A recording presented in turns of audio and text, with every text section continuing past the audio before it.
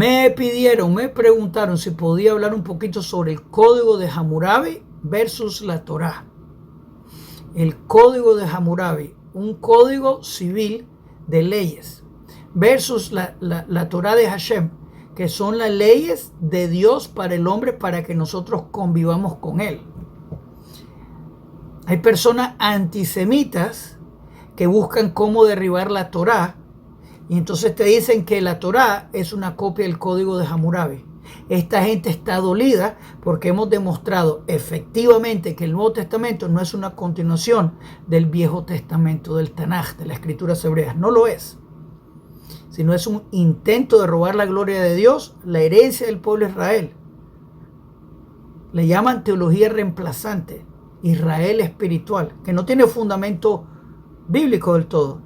Su falso Mesías, que no tiene afiliación tribal porque su mamá, María, salió embarazada de otro, que no fue José. José es el virgen de la historia de la Biblia cristiana. Este Jesús, el falso profeta, de acuerdo a Zacarías 13, verso 6, que tiene hoyitos en las manos.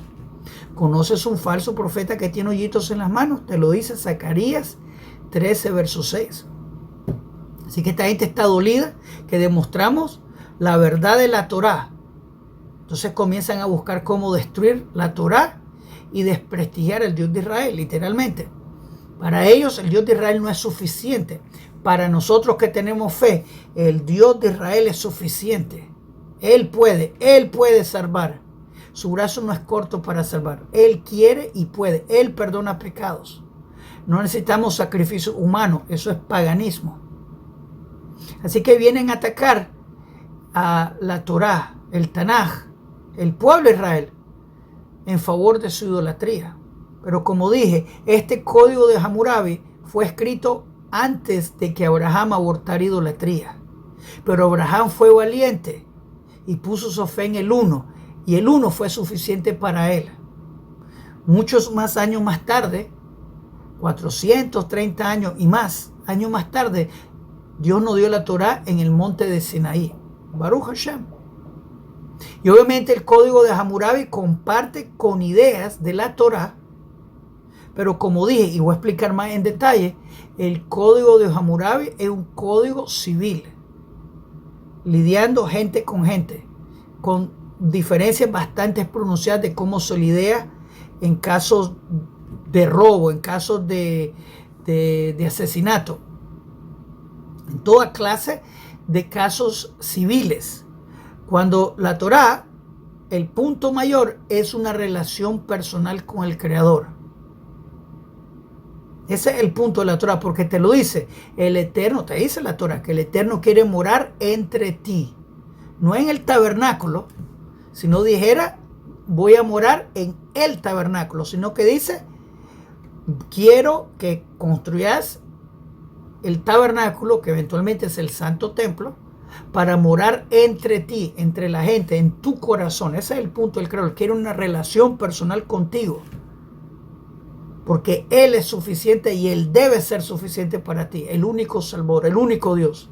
Como decimos, Shema Israel, Adonai Eloheinu, Adonai Echad. Escucha el Eterno nuestro Dios, el Eterno es uno. Y como dice Zacarías 14, verso 9, en aquel día, en el reino mesiánico, el Eterno es uno.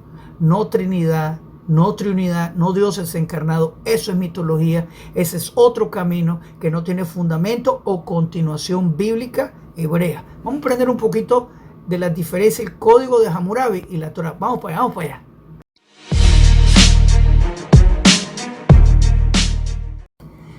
Shalom Aleichem, este Yonan para Punto Breslev. Vamos a aprender un poquito del código de Hammurabi versus la Torá. Tengo una comparación, tengo una guía que voy a estar leyendo aquí sobre el código de Hammurabi. Ahora, Hammurabi fue un rey en Babilonia. Antes de que Abraham abortara idolatría, él escribió estas leyes.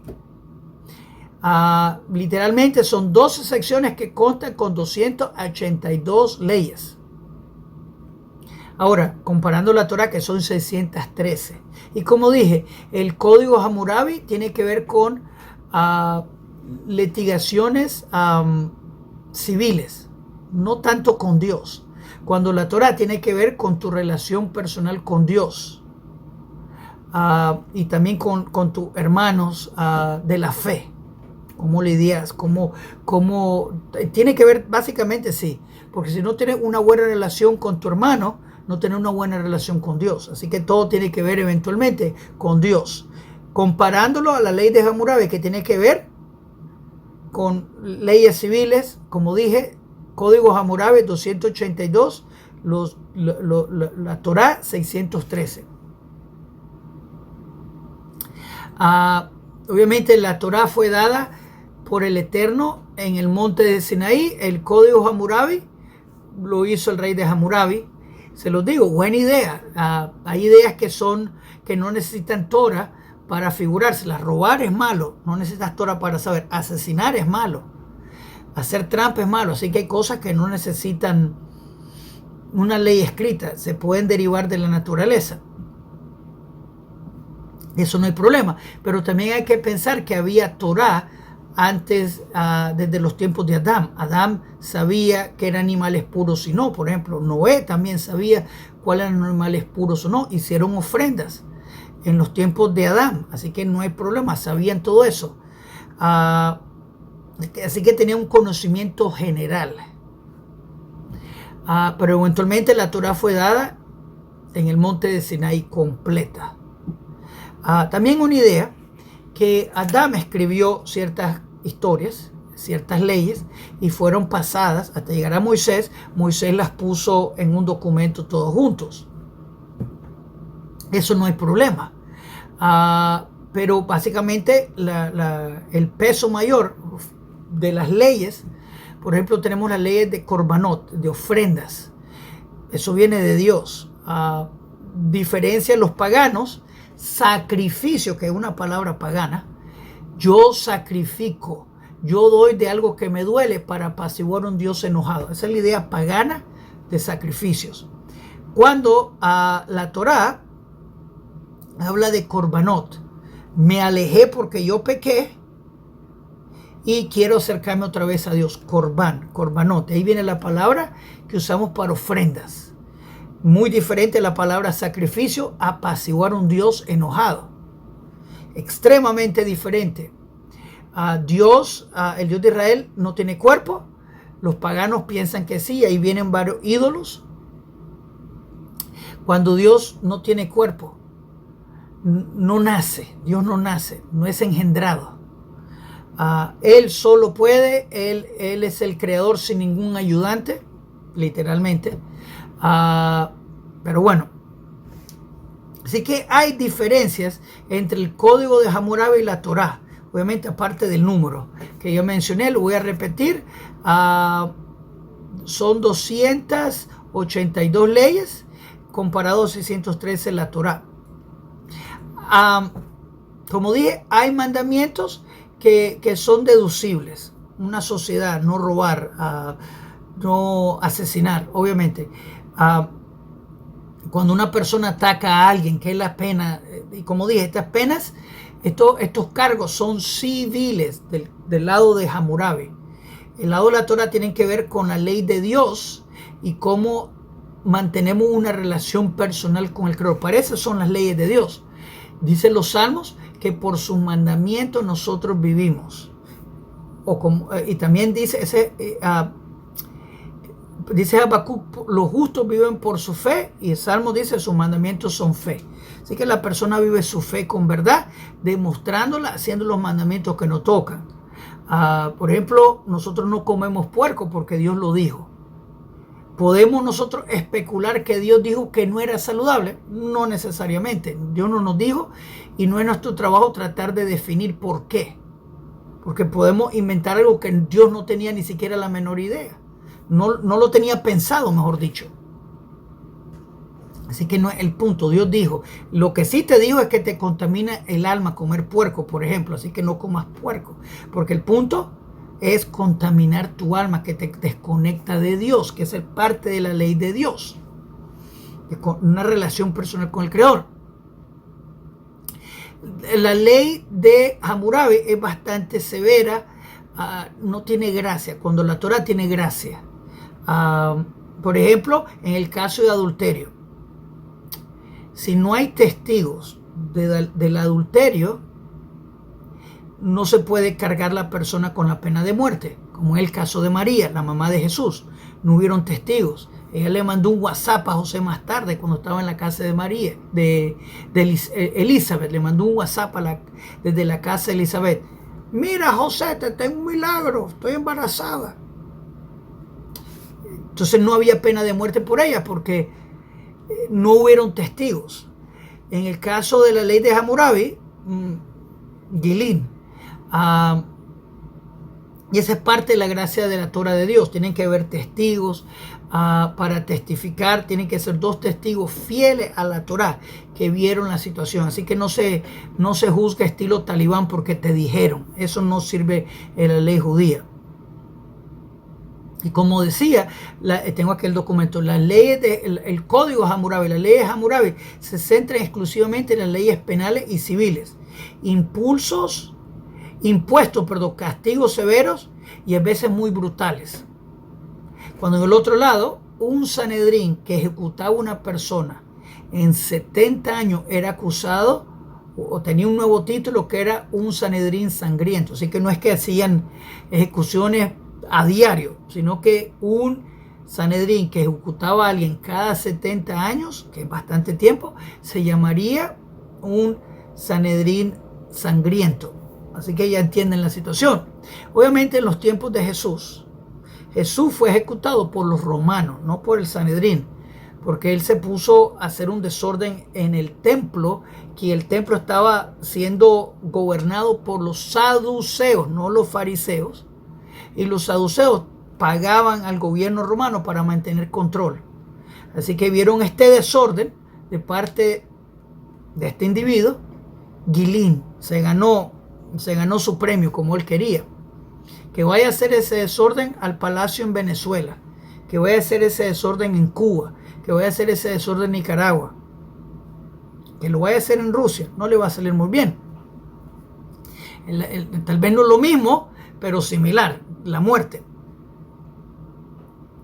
Así que obviamente la ley de Torah es para tener una relación personal y descubre o nos destapa nuestro pecado que tenemos que reparar, que podemos reparar sin necesidad de sacrificios humanos. Obviamente eso es paganismo. La idea es que había la oportunidad de llevar ofrendas al templo, pero sin corazón arrepentido tú puedes llevar el animal más caro del mundo y no iba a ser perdonado, y podía engañar a todos menos a Dios. Es una diferencia bastante grande. De nuevo, sacrificio, como en los tiempos de Hammurabi y los restos de los paganos, es traer algo que te cuesta, sacrificio, para apaciguar un Dios enojado. Eso es los paganos. La idea de Torah, Corbán, te alejaste de Dios y querés acercarte. Pero en verdad, con arrepentimiento es suficiente. Miren el pueblo de Nínive.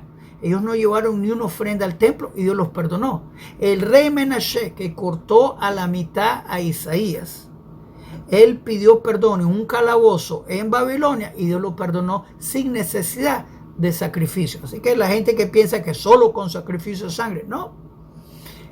Las ofrendas en el templo son cuando se puede, y es una demostración de tu arrepentimiento. Hoy no se puede, están suspendidas porque no hay templo.